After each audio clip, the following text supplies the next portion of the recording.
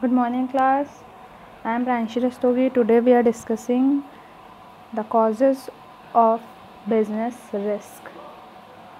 Causes of business risk देखा जाए तो 4 पार्ट्स में डिवाइड है. सबसे पहले natural causes, human causes, economic causes और other causes.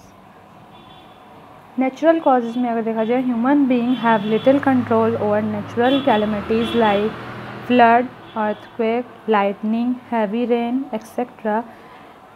They result in heavy loss of life, property and income in business. क्या रहा है कि जो ह्यूमन बीइंग होते हैं इस पर जो लिटिल कंट्रोल होता है, नेचुरल कॉजेस पे हम लोग का क्या होता है, लिटिल कंट्रोल होता है, क्योंकि हम रेन को तो रोक नहीं सकते, फ्लड को रोक नहीं सकते, अर्थक्वेक को रोक नहीं सकते. तो इस पर क्या होता है, हमारा ह्यूमन्स का लिटिल कंट्रोल होता है. उसके बाद क्या है कि इसका जो रिज़ल्ट होता है in heavy loss of life, इसका रिज़ल्ट होता है हैवी लॉस होता है लाइफ में, प्रॉपर्टीज़ में and the income in business. और इनकम जो होती है बिज़नेस से उसमें भी बहुत लॉस होता है. सेकेंड कॉज आता है human cause. Human cause include such an unexpected event like dishonesty, carelessness, negligence of employ etcetera. कह रहा है कि अगर देखा जाए ह्यूमन कॉज क्या होता है, ह्यूमन के द्वारा होता है, नाम ही क्या ह्यूमन से कॉज हुआ. तो इसमें क्या होता है, अनएक्सपेक्टेड इवेंट्स होते हैं लाइक डिसऑनेस्टी हो गया, केयरलेस, आपने कोई चीज़ केयरलेसनेस से हो गया, नेग्लिजेंसी ऑफ एम्प्लॉय, कोई एम्प्लॉय ने नेग्लिजेंस कर दिया, मतलब कोई चीज़ नेग्लेक्ट कर दिया, उससे हुआ है. या फिर स्ट्राइक्स, मैनेजमेंट इनएफिशिएंट एक्सेट्रा. अब क्या रहा, इकोनॉमिक कॉजेज़ क्या होता है, these include uncertainty related to demand for goods, competition, price collection due to from customer, change of technology, method of production etcetera. कह रहा है कि इकोनॉमिक कॉजेज़ क्या होते हैं, यह अनसर्टेनिटी रिलेट्स होती है किससे, to the demand for good. Demand, एक गुड्स की डिमांड चेंज हो गई, कंपटीशन हो गया, प्राइस हो गया, collection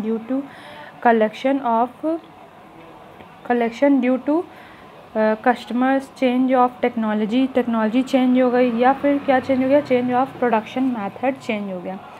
financial problem like rise in interest rate of borrowing, heavy of taxes etcetera are also come under these cause as a result in higher expected cost of operation of business. A fourth आया cause, other causes. These causes are unforeseen event. ये सब क्या होते हैं, जो other cause होता है ये अनफॉर्सिन इवेंट्स होते हैं लाइक पॉलिटिकल डिस्टर्बेंस हो गया, मशीन फेलियर हो गया etcetera, which lead to possibility of business risk. जो लीड करते पॉसिबिलिटी किसके लिए, बिजनेस रिस्क के लिए. अब क्या रहा है, स्टार्टिंग अ बिजनेस.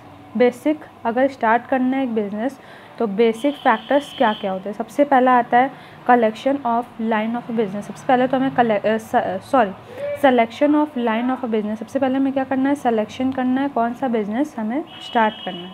फिर साइज़ ऑफ अ फंड, फिर बिज़नेस की साइज़ कितनी होनी चाहिए, लार्ज बिजनेस होना चाहिए, स्मॉल बिजनेस होना चाहिए, मीडियम बिजनेस होना चाहिए.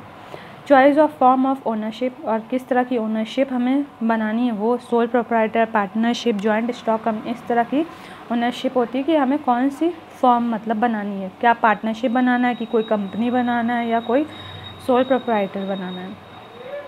लोकेशन ऑफ बिज़नेस एंटरप्राइजेस, और लोकेशन, बिज़नेस में लोकेशन ही बहुत मैटर करता है. जैसे अगर अच्छी लोकेशन होगी तो बिज़नेस उसी तरह अच्छे से रन अप करेगा, और अगर लोकेशन अच्छी नहीं होगी, फॉर एग्जांपल अगर हम कोई बिज़नेस फॉरेस्ट में खोल दे तो क्या चलेगा, कौन जाएगा फॉरेस्ट में गुड्स परचेज करने. और अगर सेंटर ऑफ द मार्केट में अगर बिज़नेस हमने सेटअप किया तो वो उसी तरह ग्रो अप करेगा.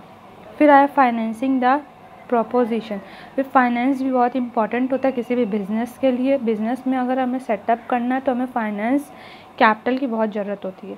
फिर फिज़िकल क्वालिटीज़ होनी चाहिए, जैसे availability of physical qualities like machine होनी चाहिए, इक्विपमेंट होनी चाहिए, बिल्डिंग होनी चाहिए, सपोर्टिव सर्विस होनी चाहिए, और वेरी इंपॉर्टेंट फैक्टर्स होते हैं. प्लांट लेआउट, किसी बिज़नेस को स्टार्ट करने के लिए प्लांट लेआउट कराना पड़ता है. फिर है टैक्स प्लानिंग, किस तरह से टैक्स की प्लानिंग की जाए कि कम हमारा टैक्स आए बिज़नेस में. लॉन्चिंग द एंटरप्राइज, उसके बाद क्या होता है, लॉन्च कर देते हैं हम लोग एंटरप्राइज. ठीक, I hope you will understand this topic. Thank you class.